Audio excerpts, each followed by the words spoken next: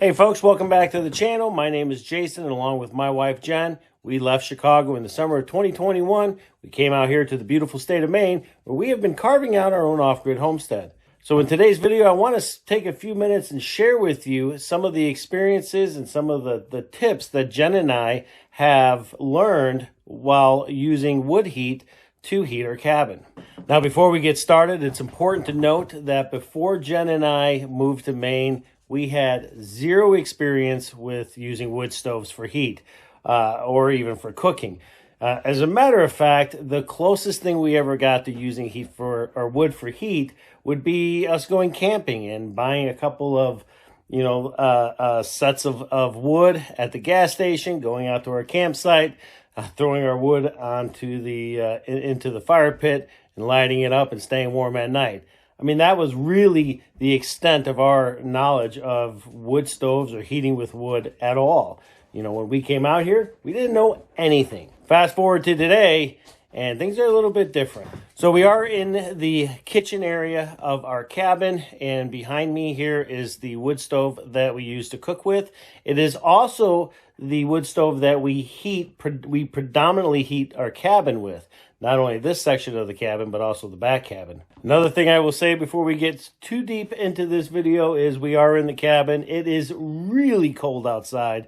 I think the last time I checked, it was like -5. I mean, the sun is out. It's absolutely beautiful, but it is freezing. Now, we have 3 dogs and a cat, so if you hear any rustling around in the background, it's probably them just trying to get themselves into trouble. All right, so the first thing I want to talk about is creosote. So creosote is what forms into the smokestacks here, and there's a whole slew of reasons how it forms.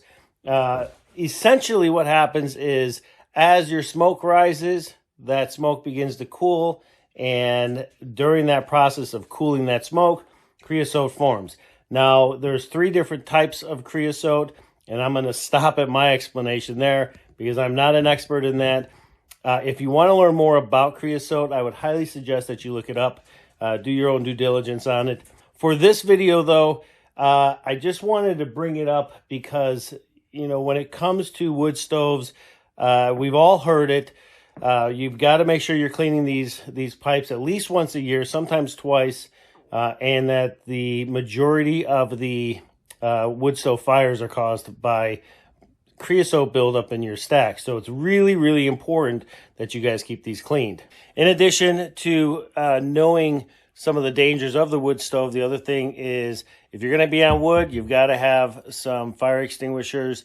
Now, we have 3 of these large ones here in this main cabin. We also have several of these. I'm not promoting this, but this is what we have. I'm sure there's other types out there, but it's really just something quick and easy we can grab if there is an issue with the wood stove, and we keep these here in the kitchen right next to this stove. As a last resort, if need be, you can always have a bag of baking soda around. We keep a bag like this in the kitchen, and we also keep one by the other wood stove so that in the event we do have a fire extinguishers don't work. Last resort is we can take the baking soda and throw it in the firebox, and it will go through a chemical reaction and smother the fire. So baking soda, having some fire extinguishers around, and having knowledge about what causes fires and how the creosote forms, all good things to know when you're heating with wood. Hi, you want to be in the film? You want to be in the video, baby? You do? You want to be a star? Yes, you do. You're already a star, baby. Yes, you are. So heating with wood is significantly different than heating with gas. When you have a furnace, you set the temperature, say it is, call it 72, and then the furnace does all the work. It's going to maintain the temperature through the thermostat, and when the temperature gets down, the furnace turns on and blows heat into your house, and that's how it maintains that.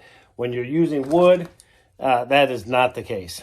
It's much more like a roller coaster. It's going to go high and then it's going to cool down, go high and cool down. So you're going to constantly have this, this temperature change within your cabin. The more you use wood, the better you're going to get, and the better you're going to understand how your stove works. Hi, Matcha. I'm trying to talk to our friends on YouTube. Can I do that, please? So the longer that you are using your wood stove, you'll get a lot more better at understanding how your wood stove behaves. With this stove here, we actually use this stove to heat not only this front cabin, but also our back cabin, so long as the temperature outside stays above single digits. Once the temperature gets into single digits, then we have to turn on our second stove because there's just not enough heat mass coming or heat coming off of this stove that we can pump over to the other cabin and maintain a good comfortable temperature in here. Now it's also important to note that these things don't have they're not forced air. It doesn't have, we don't have a series of ductwork around that's pumping hot air around. So what we have found is that getting the air moving in the cabin helps tremendously in keeping that temperature throughout the cabin relatively the same. We do that with a series of different fans that we have. The first one are these thermal fans that we have on our stoves. We have one on this one. We also have one on the back stove as well. In addition to these thermal mass fans, we also have our ceiling fan.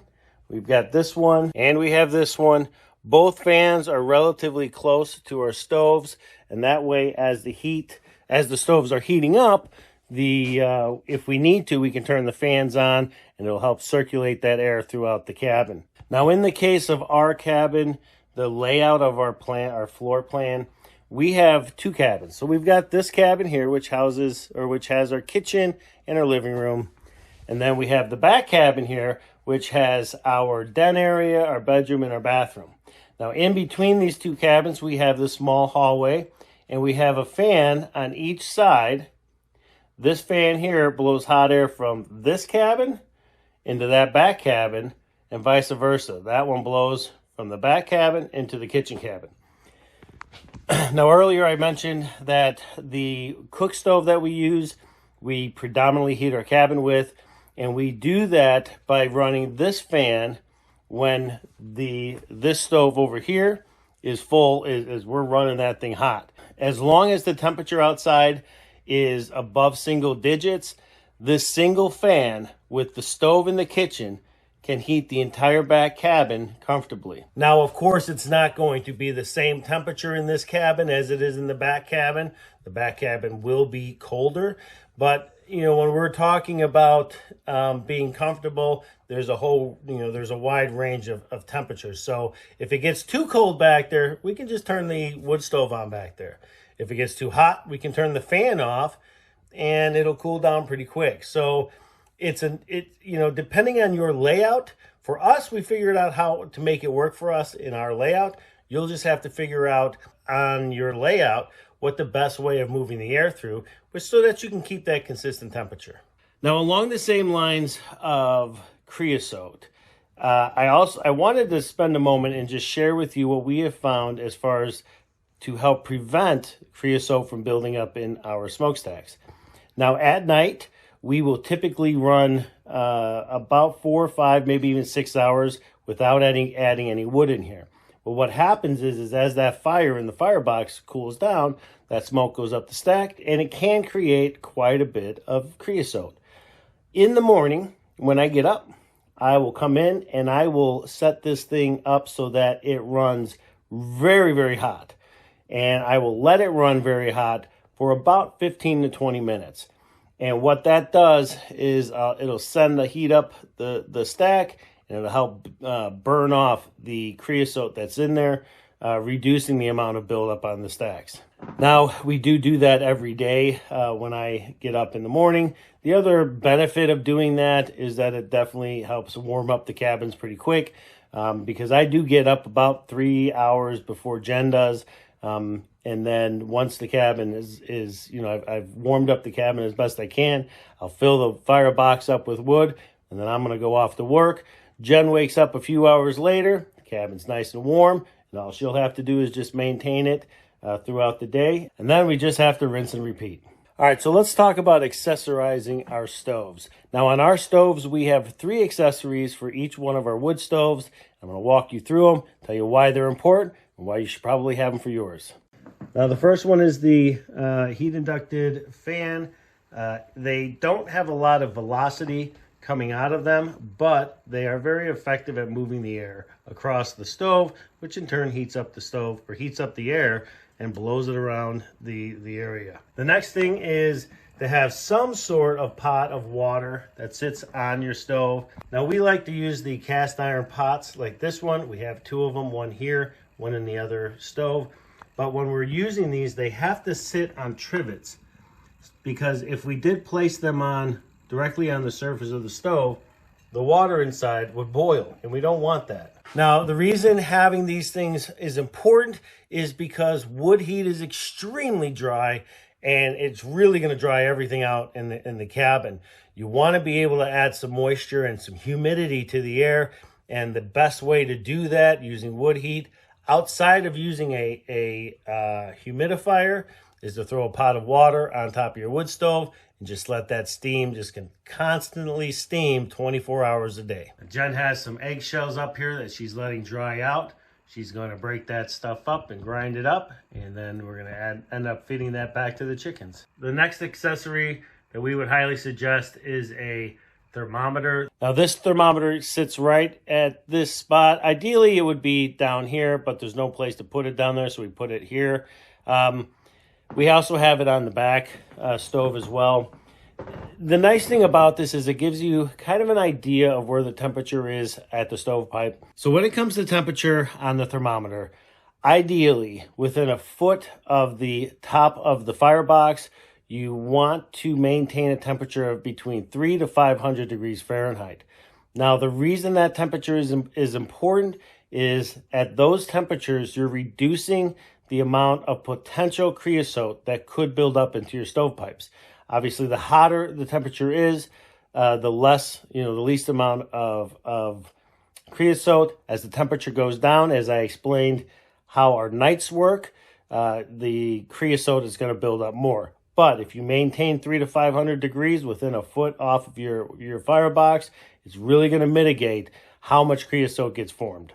Okay, so the next thing that you're going to want to look into doing is getting yourself some welding gloves. We have a pair of welding gloves at each of our stoves for a couple of reasons. Number one, you can put these on, and if you have to put your hand in the firebox, it's going to help protect you. You got to make sure that you get the ones that go up your forearms a little bit. That way, if you do have to do that and you have to move a piece of wood or something, you can do it without worrying about burning yourself. We have two pairs. We keep one at each of our stoves. All right, so the next thing you're going to want to do is get yourself a nice set of tools. Usually they'll come in a 4-piece stand, sort of like this.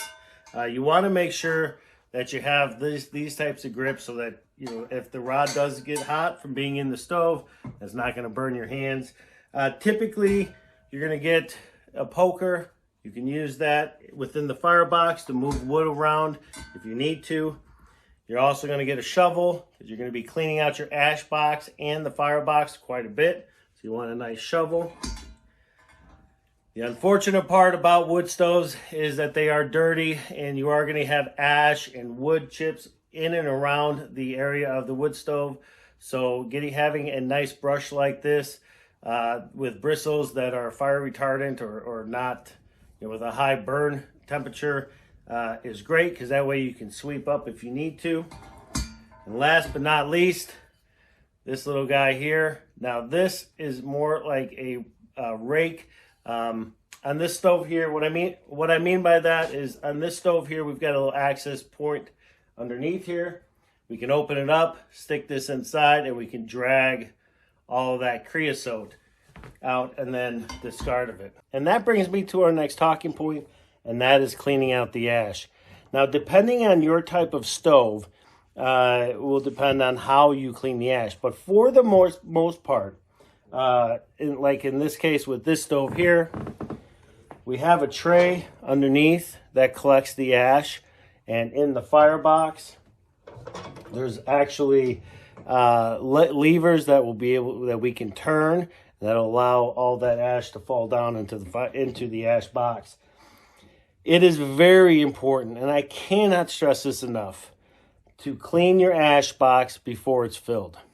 Now, I know it can be a pain in the butt, but you want to make sure that you stay on top of cleaning the ash out. There is nothing worse than trying to start a fire and having bad airflow, and having your box really small, the cavity small, because it's all built up with ash. So be sure to set up a way that you can clean out your ash box pretty regularly and keep that nice and clean. So the next thing we've got to talk about here are our dampers. In this case, we have our output damper. We can open it all the way. We can close it all the way. Or in this case, we keep ours at about half. This is where the heat is coming out, and we can block how much smoke and heat come out by keeping it closed or closing it. We can suppress some of that heat back into the box, which is what we want when we're trying to heat with it. It's also what we want when we're trying to cook with it. And on this one, we also have our input, our air input right here. These are dials.